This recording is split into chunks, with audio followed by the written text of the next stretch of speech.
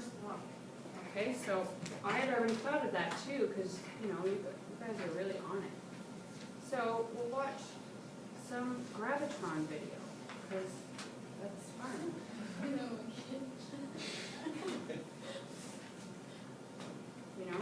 Gravitron?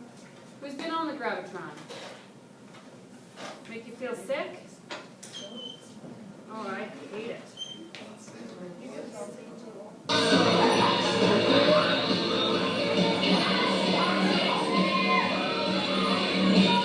And then the panels slide up and down.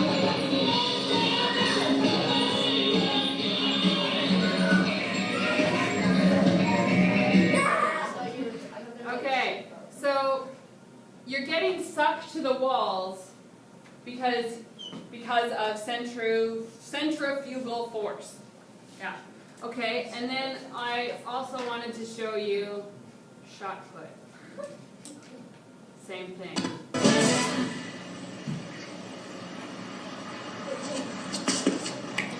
Right? So you spin around. Rest the shot put on all four fingers and the thumb. The shot put should be tucked under the chin with the elbow parallel to the ground. In the rotational foot, shift your weight to your left foot. Extend your left arm toward the middle of the circle as a counterbalance. Okay, watch it. Keep your shoulders over your hips, focusing the force of the spin around the axis of your body. Pick up your right foot, but keep it close to the ground. Swing it out slightly and around. Then drive straight towards the center of the ring. Lead the movement with your legs and hips to a good torqued position. Turn your right foot inward prior to landing to ensure an early pivot, and to keep your hips ahead of your upper body. As your right foot becomes the pivot foot, your left foot comes straight past the right to the position at the front of the ring. Your feet are now slightly wider than shoulder width apart. Drive up and out with your right leg. This starts the putting action. Okay, so I know that you love that.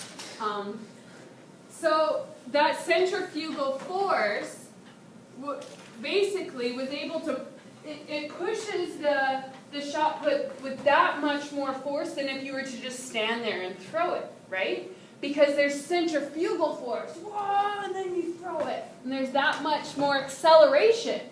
Because it's the acceleration of your arm pushing it, as well as the acceleration that was developed in going around in a circle. Ah, awesome. Centrifugal force. It's everywhere.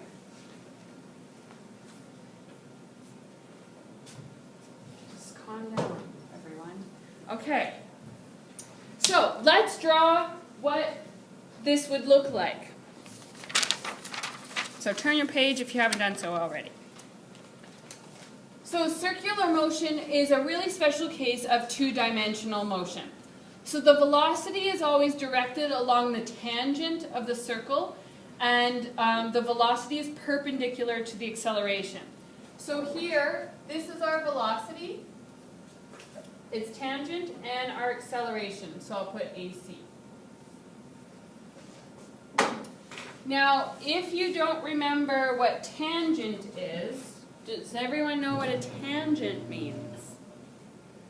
Yeah. Okay, so a tangent is a straight line that touches the curve of a circle. Okay? But if it extended out, it doesn't cross the circle at any point.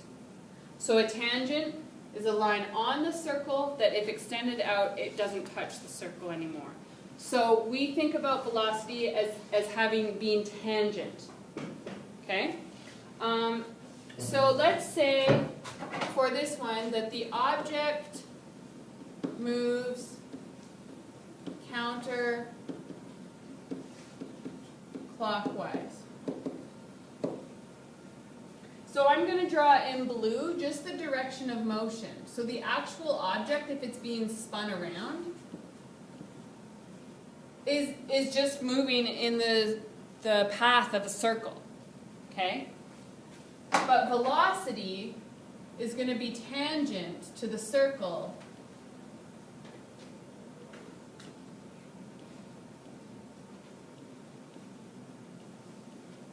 and acceleration will always be directed in and perpendicular to the velocity. So I won't draw acceleration for every point, but just so that we get the concept that velocity is tangent, because that object is going in that direction at that moment.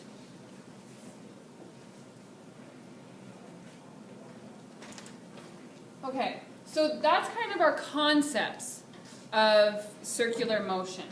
So now we're just going to look at a couple, how to represent this graphically with our different formulas. So recall there's many ways to graph circular motion based off equations. So if you have the equation y is equal to x, it's linear. Y is equal to x squared is your J shape. Y is equal to the square root of x, levels off. And y is equal to 1 over x. Oops.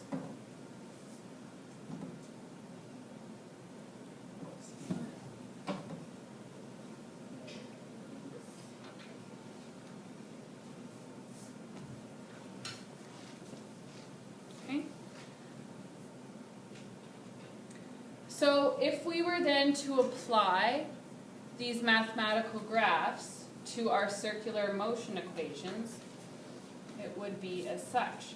So the step to kind of analyze this with our graphs is to first identify the equation that relates the two variables, rearrange and isolate for y, and then sketch the relationship that exists between the x and the y.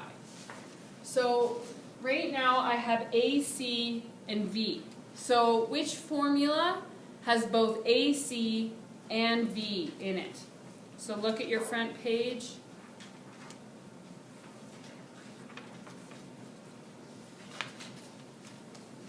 So your formula that has both of these things in it is AC equals V squared over R.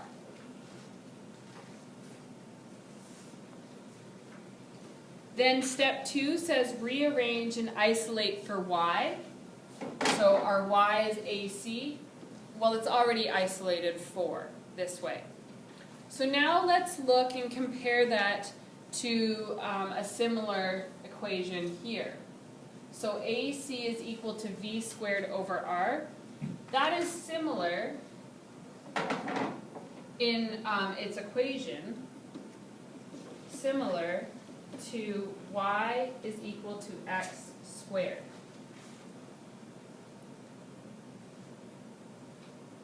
So then if we graphed AC versus V of an object in circular motion, we would expect to see a graph that is very similar to a graph where y is equal to x squared.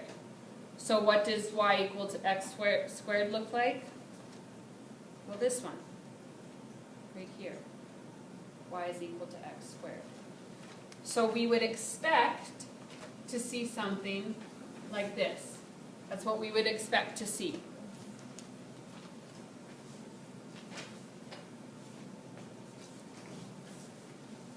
Okay, next we have B and T. Which formula has both V and T in it? So look at your formulas to see which one has V and T in it.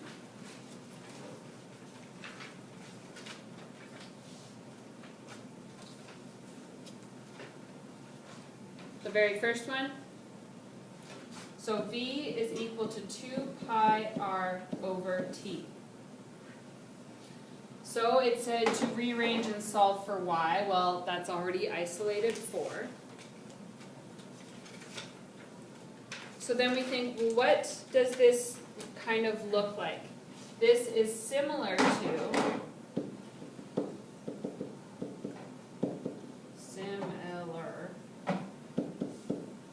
to y is equal to 1 over x.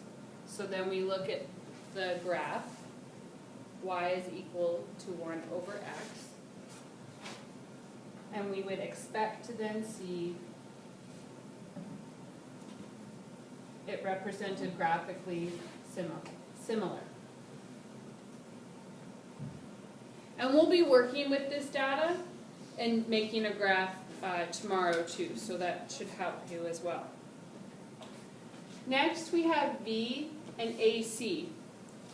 Find the formula that has V and AC in it. AC is equal to V squared over R. You isolate and solve for the Y. Okay, so we need to isolate for V. So you go AC multiplied by R, and I'll square root it. So V is equal to square root of AC times by R.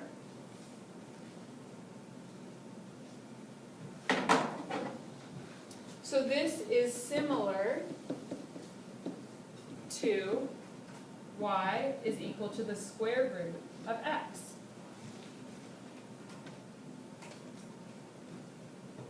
So then we would expect to see a graph that it's like that.